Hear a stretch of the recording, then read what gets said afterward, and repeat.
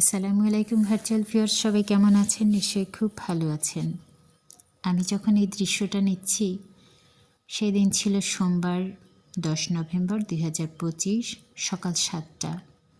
চমৎকার একটা ওয়েদার ছিল।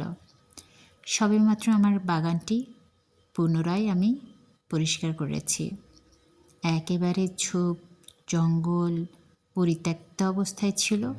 যারা আমার বাগান পূর্বে দেখেছেন তারা নিশ্চয়ই বুঝতে পারছেন আমার বাগানের কি দশা ছিল আগে, মাঝখানে কি দশা হয়েছিল আর এখন কি দশা হয়েছে। আলহামদুলিল্লাহ এখন কিন্তু ভালো আছে। গাছগুলি কেমন চমৎকার হয়েছে। আর গোলমরিচ অ্যাকচুয়ালি পড়ে গেছে, প্রচুর গোলমরিচ হয়েছিল, সেটাও আপনারা জানেন।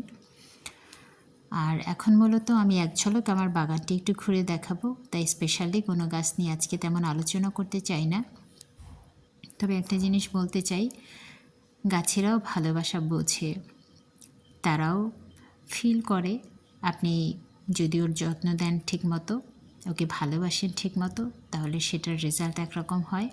আর যখন আপনি ওকে ইগনোর করেন, ও কিন্তু ভীষণ অভিমান করে। তবে এটাও ঠিক, আপনি যখন সিক থাকেন তখন সেও কিন্তু সেটা বুঝতে পারে, তখন আপনার বিরহে সেও কিন্তু কাতর হয়ে যায়। তো আমার মনে হয় আমার গাছগুলি আমাকে ভীষণ ভালোবাসে। আর আমাকে না যতটা ভালোবাসে তার চেয়ে বেশি ভালোবাসে আমার মাকে। কারণ হচ্ছে মা ছাদে এসে গাছের পাতাগুলো ধরবেন, গাছের সাথে কথা বলবেন, তোমরা বেশি বেশি করে ফল দাও, কেমন আছো তোমরা, ভালো আছো তো, এরকম করে মা কথা বলেন। তো এনিওয়ে, তো বা এখন যেহেতু অনেকটা সময় ওদের বিরহে আমি পড়েছিলাম, আমার নিজের কিছু অসুস্থতা, আমার মায়ের কিছু অসুস্থতা, আলহামদুলিল্লাহ এখন আমরা সবাই খুব ভালো আছি। তো মাঝখানে যেহেতু অনেকটা গ্যাপ হয়ে গেছে, তাই আমার প্রায় অর্ধেক গাছ আমাকে ফেলে দিতে হয়েছে, বিকজ অফ গাছগুলি মোটামুটি পুরোপুরি মরে গেছে, ওগুলো বাঁচানো অবস্থায় ছিল না। তবে যারা বেঁচে আছে তাদেরকে আমি চেষ্টা করছি। 4 দিন আমি 2টো লোক করে লোক নিয়েছি, 4 দিন লাগছে আমার এই ছাদ বাগান পরিষ্কার করতে।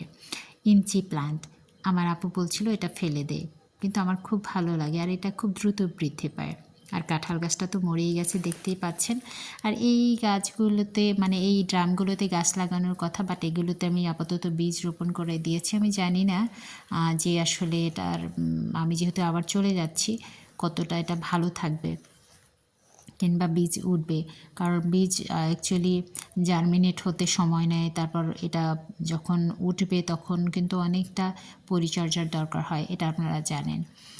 আর শিউলি ফুল তো অ্যাকচুয়ালি আমার সারা বছরই হয়ে থাকে, আমি জানি না এটা কেন, যদি এটা 12 মাসই ছিল না, আমি ডাল কেটে এটা করেছি। আর নতুন করে আবার এই যে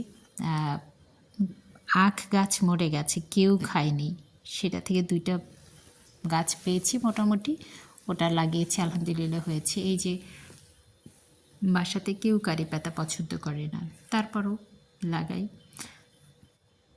আমি অ্যাকচুয়ালি ভিডিওটা এত দ্রুত করেছি জাস্ট এক ঝলক দেখার জন্য। সামটাইমস আমি এটা বড় স্ক্রিনে দেখি, এই জন্য আমি আমার পুরো বাগান মাঝে মধ্যে আমি নেই। সব বিষয়ে কথা বলতে গেলে একটু একটু করে কথা বলতে গেলেও অ্যাকচুয়ালি দৃশ্যের সাথে আমার কথা বলাটা মিলবে না, কারণ আমি আগে দৃশ্য ধারণ করেছি, এরপর আমি কথা বলছি। আমি মাঝে মধ্যে এটা করি, কারণ হচ্ছে কি আমি যখন ভিডিও করি তখন অনেক বেশি নয়েজ হয়, সেগুলো কিন্তু শুনতে ভালো লাগে না, এই কারণে পরবর্তীতে আমি ভয়েস দিয়ে থাকি। কচু গাছ উঠিয়ে লাগিয়েছি, মজার ব্যাপার হচ্ছে যাদেরকে দিয়ে কাজ করিয়েছি ওরা বলতেছিল কি, এই কচু গাছ আমাদের গ্রামে কত আছে পুকুর ধারে, তো আমি বলছি আমাকে একদিন নিয়ে যাও, সব কচু তুলে নিয়ে আসবো। তো যাই হোক, হ্যাঙ্গিং গাছগুলো সব মরে গিয়েছিল, নতুন করে আমি আবার লাগিয়েছি। আর এটা হচ্ছে আপেল গাছ, আপেলটা ঝরে গেছে অবশ্য। আর এই মাধবী, মাধবী নিয়ে সুন্দর গান আছে তাই না, এমনি তো মনে পড়ছে না, মনে করতেছিলাম। যাক, কিছু কিছু ব্যাপার ভুলে যাওয়াই ভালো কিছু কিছু সময়। আর এই যে জিও ব্যাগে অ্যাকচুয়ালি পান গাছ ছিল, আখ গাছ ছিল, আলু বোখারা ভালোই দিয়েছে। ও আর একটা কথা বলে রাখি, এগুলো হচ্ছে ডাল কেটে আমি জামরুলের ডাল কেটে বসিয়েছি, প্রত্যেকটাই কিন্তু পাতা গজিয়েছে।